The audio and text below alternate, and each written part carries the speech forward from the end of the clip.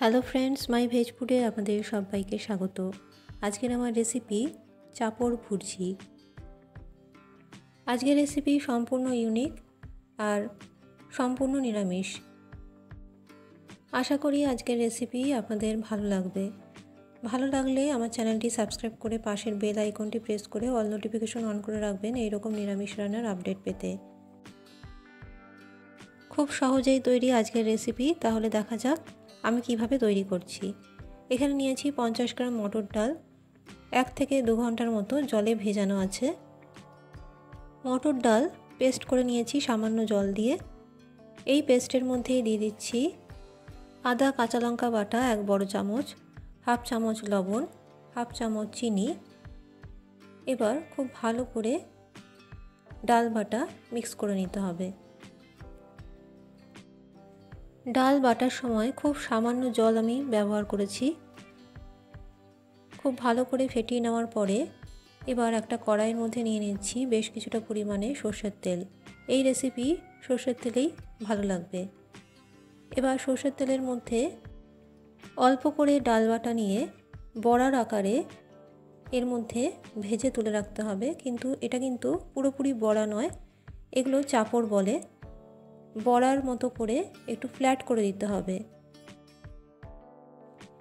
তেলের মধ্যে এই ডাল বাটা দিয়ে একটু ফ্ল্যাট করে দিতে হবে। এইটাকেই বলে চাপড়। এটা কিন্তু ঠিক বড়া নয়। এই চাপড়গুলোকে ভেজে তুলে রাখতে হবে। এখানে বলে রাখি আমার চ্যানেলে সব রেসিপি সম্পূর্ণ নিরামিষ। আর আমার ফেসবুক পেজ মাই ভেজ ফুড অবশ্যই আপনারা ফলো করবেন। আজকের রেসিপি ভালো লাগলে একটা লাইক করতে ভুলবেন না, আর কমেন্টে জানাবেন কেমন লেগেছে। গরম ভাতে, বিশেষ করে শুকনো ভাতে এই চাপড় ভুর্জি দিয়ে খেলে অপূর্ব লাগে। একবার বাড়িতে ট্রাই করে দেখবেন। দারুণ সুস্বাদু একটি রেসিপি, আর এটা খুব সামান্য উপকরণেই তৈরি হয়ে যায়।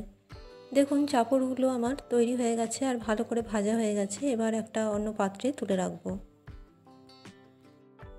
বাড়িতে যদি কখনো সবজি না থাকে তাহলে এই রকম চাপড় ভুর্জি করে অবশ্যই খেতে পারেন, খুবই ভালো লাগবে খেতে। এই রকমভাবে চাপড়গুলো অন্য একটা পাত্রে তুলে রাখলাম। এবার একটা গ্রেটারের সাহায্যে চাপড়গুলো একটু টুকরো করে কেটে নিতে হবে বা গ্রেট করে নিতে হবে। এটা হাত দিয়েও করা যায়, যেইভাবে সুবিধা হয় সেইভাবেই করে নিতে হবে। আর এইগুলো একটু গুঁড়ো গুঁড়ো হয়ে যাবে, সেই রকমভাবেই নিতে হবে। সবগুলো চাপড়ই আমি গ্রেটারের সাহায্যে এইরকমভাবে একটু টুকরো করে কেটে নিচ্ছি। চাপড়গুলো টুকরো টুকরো করা হয়ে গেছে। এবার একটা কড়াইয়ের মধ্যে নিয়ে নিচ্ছি 1 চামচ সর্ষের তেল।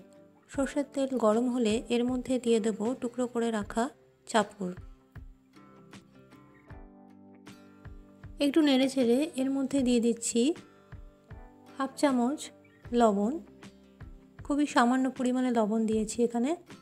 দিলাম কেটে রাখা কাঁচা লঙ্কা, আর দিচ্ছি সামান্য পরিমাণে চিনি। এখানে কাঁচা লঙ্কার পরিমাণটা আপনাদের স্বাদ অনুযায়ী দেবেন। খুব ভালো করে নেড়ে চেড়ে এর মধ্যে দিয়ে দেব 1 চামচ ভিনিগার। ভিনিগার যদি না থাকে লেবুর রস দিতে পারেন। আর দিয়ে দিচ্ছি হাফ চামচ চাট মশলা। এবার একটু নেড়ে চেড়ে ভালো করে শুকনো শুকনো হয়ে গেলে এটা নামিয়ে রাখবো। তৈরি হয়ে গেল চাপড় ভুর্জি। গরম ভাতে বা শুকনো ভাতে এই রেসিপি একবার খেয়ে দেখবেন, খুবই ভালো লাগে। আজকের মতো আমার রেসিপি এখানেই শেষ করলাম। ভালো থাকবেন, সুস্থ থাকবেন। নমস্কার।